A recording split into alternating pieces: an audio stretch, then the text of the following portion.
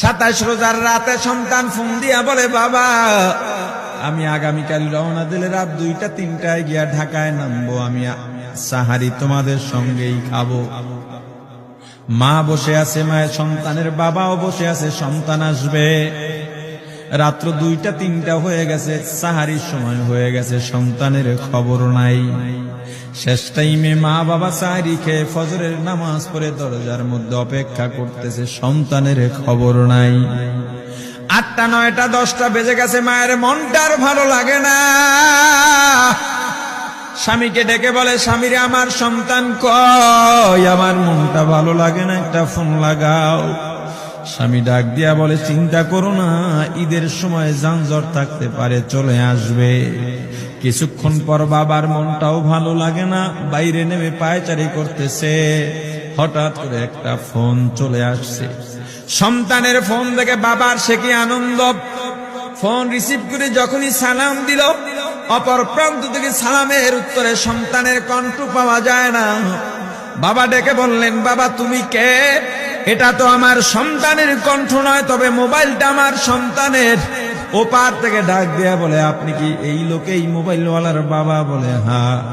আপনি এখনো বাড়িতে কি করেন? আপনার যেই সন্তান ঢাকা থেকে গাড়ি নিয়া 2500-এর দিকে রওনা দিয়েছিল, ওই গাড়িটা 2500 পৌঁছতে পারে নাই। পথিমধ্যে সংঘর্ষে রাস্তার মধ্যেই অনেকগুলো মানুষ মারা গেছে, অনেক যুবকও তার মধ্যে আছে। রাস্তার পাশে সাদা কাপড় দিয়া ঢাকা। দেখেন আপনার সন্তান এই লাশের মধ্যে আছে কিনা। মোবাইলটা আমি রাস্তার পাশে পড়ে পাইলাম। বাবা পাগলের মতো একটা দৌড় দিছে। মা মনে করছে সন্তান বুঝি কাছাকাছি চলে আসছে। অন্যান্য সন্তানদের ডাক দেয়া বলে, তোরা কে, কোথায়, এদিকে আয়, তোদের ভাই বুঝি কাছাকাছি আসছে। আমার কলিজার টুকরা সন্তান, তোর বাবা যে আগায় আনতে গেছে, তাড়াতাড়ি নতুন চাদর বিছা, বালিশের কভার গুলো খুলে নতুন কভার লাগা, পানি গরম বসা, আমার সন্তান এসে গোসল করবে।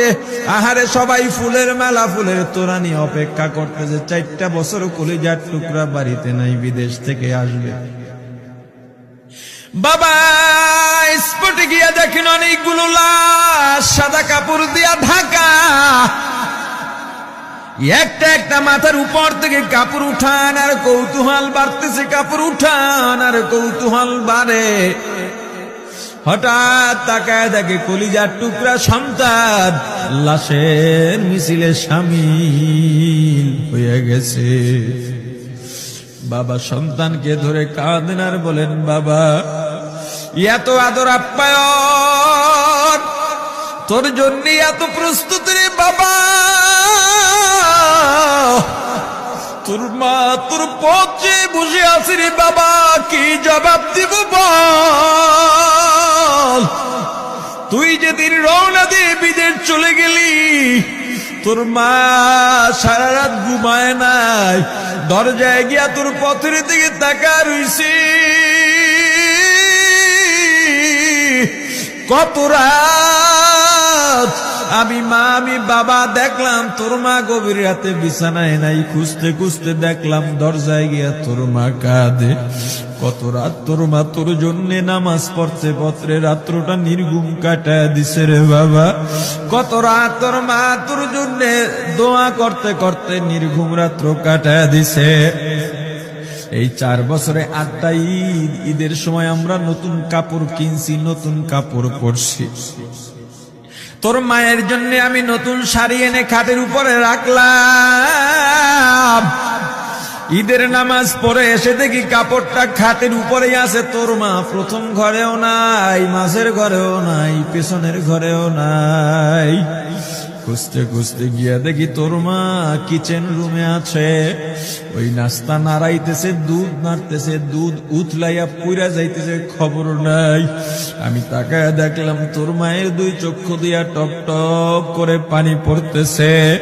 ডাক দিয়া বললাম, ওরে বিবি ঈদের দিনে তুমি কেন কাঁদো? তোমার জন্য শাড়ি আনলাম, সেটাও কেন পরলা না? তোর মা জবাব দিয়া বলছি, স্বামী গো, আপনারা যখন নামাজের জন্য রওনা দিয়া গেলেন, আমার অমুক সন্তান আপনার সঙ্গে যায় নামাজ দিয়া নতুন পোশাক পরে নামাজে রওনা দিয়েছে, কত সুন্দর লাগছে দেখতে।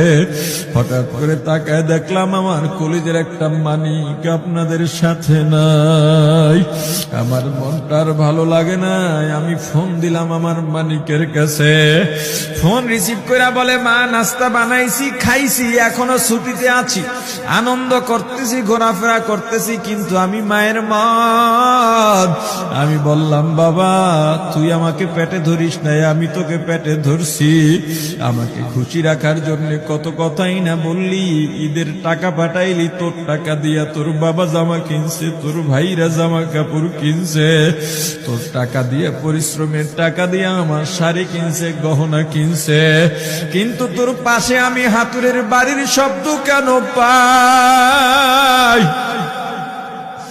আমার সন্তান বলতে চায় না, পরে বলে, মাগো কাজ করতে আসছি, টাকা নিয়ে কাজ করি, ঈদের দিনেও আমাদের ছুটি দেয় না।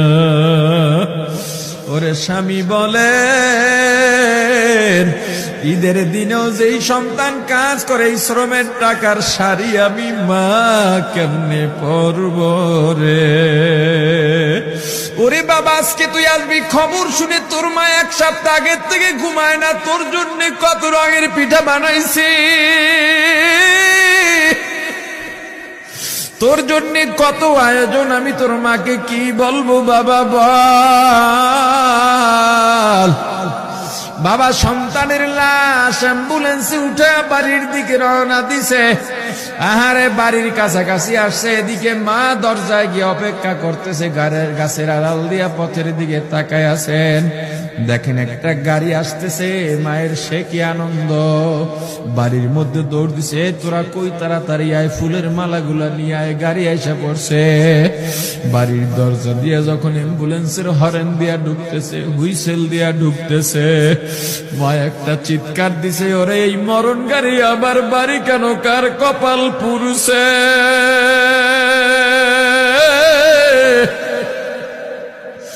অ্যাম্বুলেন্সের দরজা খুলে তাকায় দেখে কলিজার টুকরা সন্তান